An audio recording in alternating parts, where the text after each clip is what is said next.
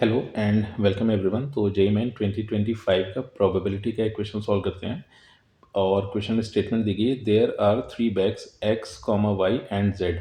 Bag X contains 5 1 rupee coins and 4 5 rupee coins. Bag Y contains 4 1 rupee coins and 5 5 rupee coins. And bag Z contains 3 1 rupee coins and 6 5 rupee coins. A bag is selected at random and a coin drawn from it at random is found to be a 1 rupee coin. Then the probability that it came from bag Y is। तो अब question की statement पढ़ के एक चीज़ तो समझ में आ गई कि यहाँ पर ये जो क्वेश्चन दिया गया है बेस रूल पर बेस्ड है। तो एक काम करते हैं, इस क्वेश्चन को सॉल्व करने के लिए फ्लो चार्ट मेथड का यूज़ कर लेते हैं। तो यहाँ पर 3 बैग्स दिए गए हैं, तो ये आ गया बैग फर्स्ट, फिर नेक्स्ट आ गया है बैग सेकंड एंड थर्ड आ गया बैग थर्ड। तो और इनके नाम दिए गए हैं, तो ये आ गया अपने पास bag X, bag Y and bag Z.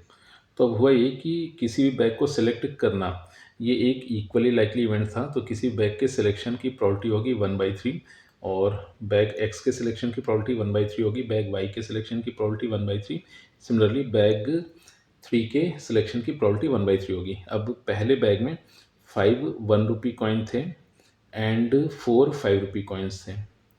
फिर नेक्स्ट अगर देखा जाए तो 5 1 rupee कॉइन थे एंड 4 5 rupee कॉइन्स थे। फिर सेकंड बैग में अगर देखा जाए तो सेकंड बैग में 4 1 rupee कॉइन्स थे एंड 5 5 rupee कॉइन्स थे। लास्ट वाले बैग में अगर देखा जाए तो लास्ट वाले बैग में 3 1 rupees कॉइन थे एंड 6 5 rupees कॉइन थे।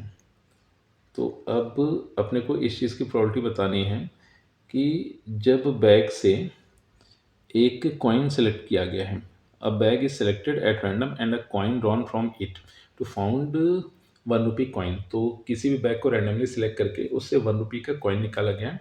अपने को इस चीज़ की प्रॉबिलिटी बतानी है कि वो जो कॉइन था वो बैग वाई से निकला था। तो अब सबसे पहले तो पहले वाले बैग से 1 rupee कॉइन निकलने की प्रॉबिलिटी, तो यहाँ पर 5 1 rupee कॉइन दिए गए, तो इसकी प्रॉबिलिटी अपने पास होगी 5 डिवाइडेड बाई और 5 + 4, तो यहाँ पे टोटल 9 कॉइन्स गिवन थे। फिर सेकंड बैग से अगर 1 rupee का कॉइन निकाला जाए तो ये 4 था और टोटल नंबर ऑफ कॉइन्स अपने पास 5 4 9 दिए गए थे।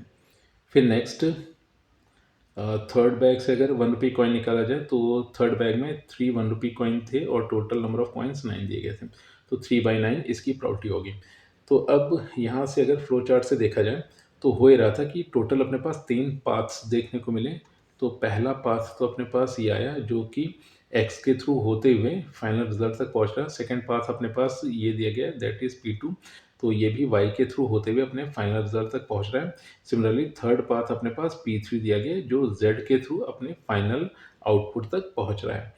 तो अब यहाँ पर अपने को इस चीज़ की प्रॉबिलिटी पता करनी थी कि वाई से 1 rupee का कॉइन निकल रहा है, तो यानी कि जो भी इवेंट हो रहा है वो पाथ P2 के थ्रू हो रहा है। इस चीज़ की प्रॉबिलिटी अपने को पता करनी थी। तो रिक्वायर्ड इवेंट की प्रॉबिलिटी ऑफ ई बोल देते हैं। तो ये अपने पास हो गया favourable path that is P2 divided by total path that is P1 + P2 + P3।